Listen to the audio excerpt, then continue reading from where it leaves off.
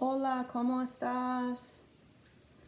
Hey guys, so we are going to do one last point on acceptance and giving. And giving goes hand in hand with the opposite, which is being selfish. So we already know that being selfish is a sin. And the reason being is because when you're not giving, you can't receive. So essentially, you can let's say you're a selfish person and everything that you get, you hoard and you keep for yourself. Like, you don't give to charity, you don't give to homeless people, you don't share your things with others. So inevitably, your hands are closed. So you're not giving, your hands are closed, right? You're cutting yourself off from the ability to receive a blessing. So, in other words, your hands are closed, they are tied behind your back, and you are then left in, a debilitating scenario where you can't understand why you can't get to your next level in life. You're not understanding why you can't get to your next phase of development, acceptance, fulfillment, love. Oh, well, I wonder why. Because your hands are tied behind your back because you're refusing to give. You're acting as if these blessings were only supposed to be meant for you and you alone. So that is keeping you tied and locked and suppressed in that level. You're not going to be able to get to the next level until you start to let go a little bit.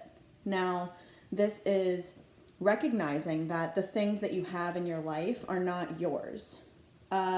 Meaning the clothing that I have, I will gladly give it away openly and freely and without expecting anything in return. Why? Because those things are not mine anyways. They were never yours. They were given to you as blessings to get you to the next phase. And now that you're in the next phase and now that you're in the next level, you need to learn how to let them go. I have siblings that act like they're shocked when they can't find that next level of fulfillment and they feel like they're being locked in place or stagnant. It happens to people for decades.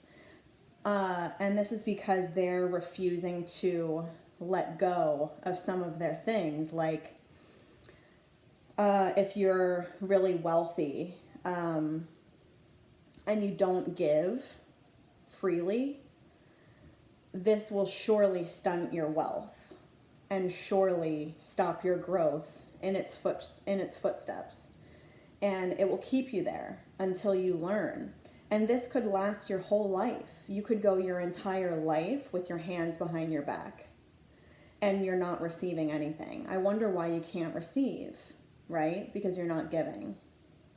And so I have a problem where I give to people who probably most definitely don't deserve it.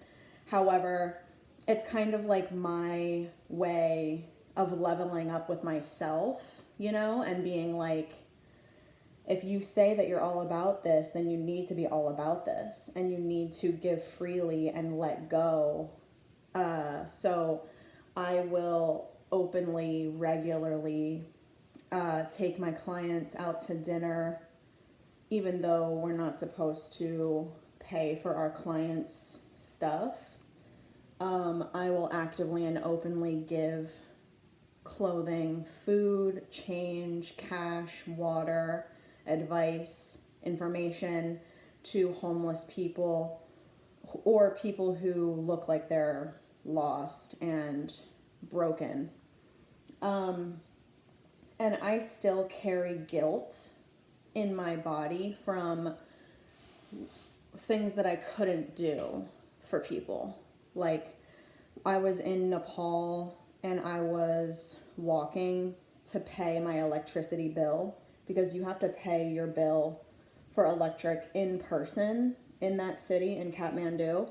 So I'm going to the electric place to pay, and I saw this person, this individual, I believe it was a male, and he had no arms and had no legs.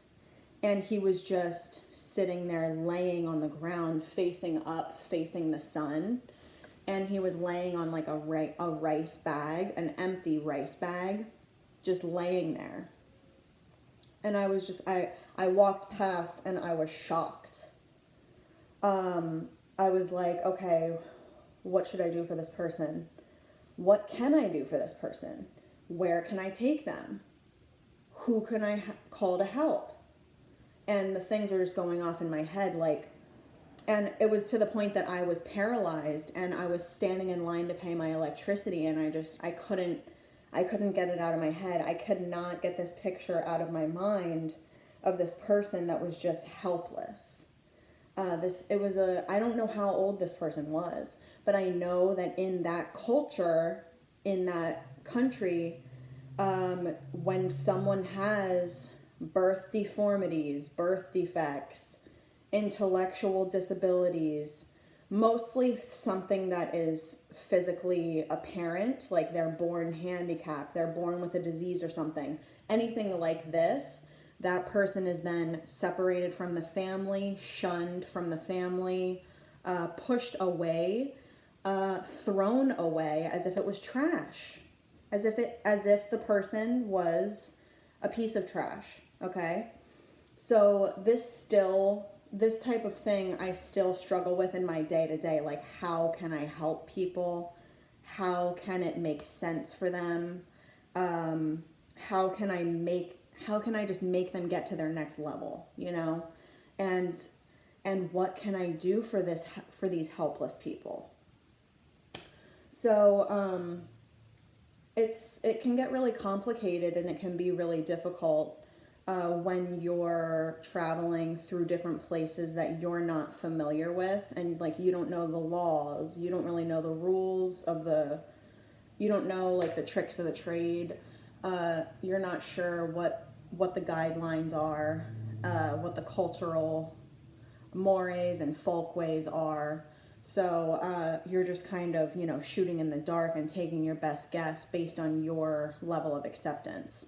So this was mostly an extension of how we can make sure that we lead a life with open hands, because everything that's given to us is not meant to stay in that place. So you wonder why you haven't been blessed in a while.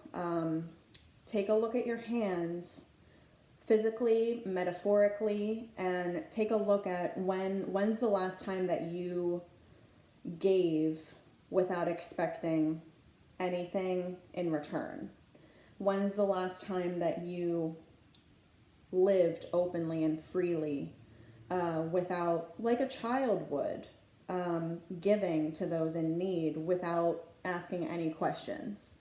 So when you're in this childlike level where you literally, for real, love yourself and others, and you really want the best for all of those involved, you will have a different energetic and spiritual experience here. You won't be faced with a lot of problems in terms of the little things in your day-to-day. Like, people will be able to recognize the energy that you're coming with and that you have to offer, and that your hands are open like this. Your hands are open to help them and to reach your hand out. Your hands are open to give this, what you have, to them.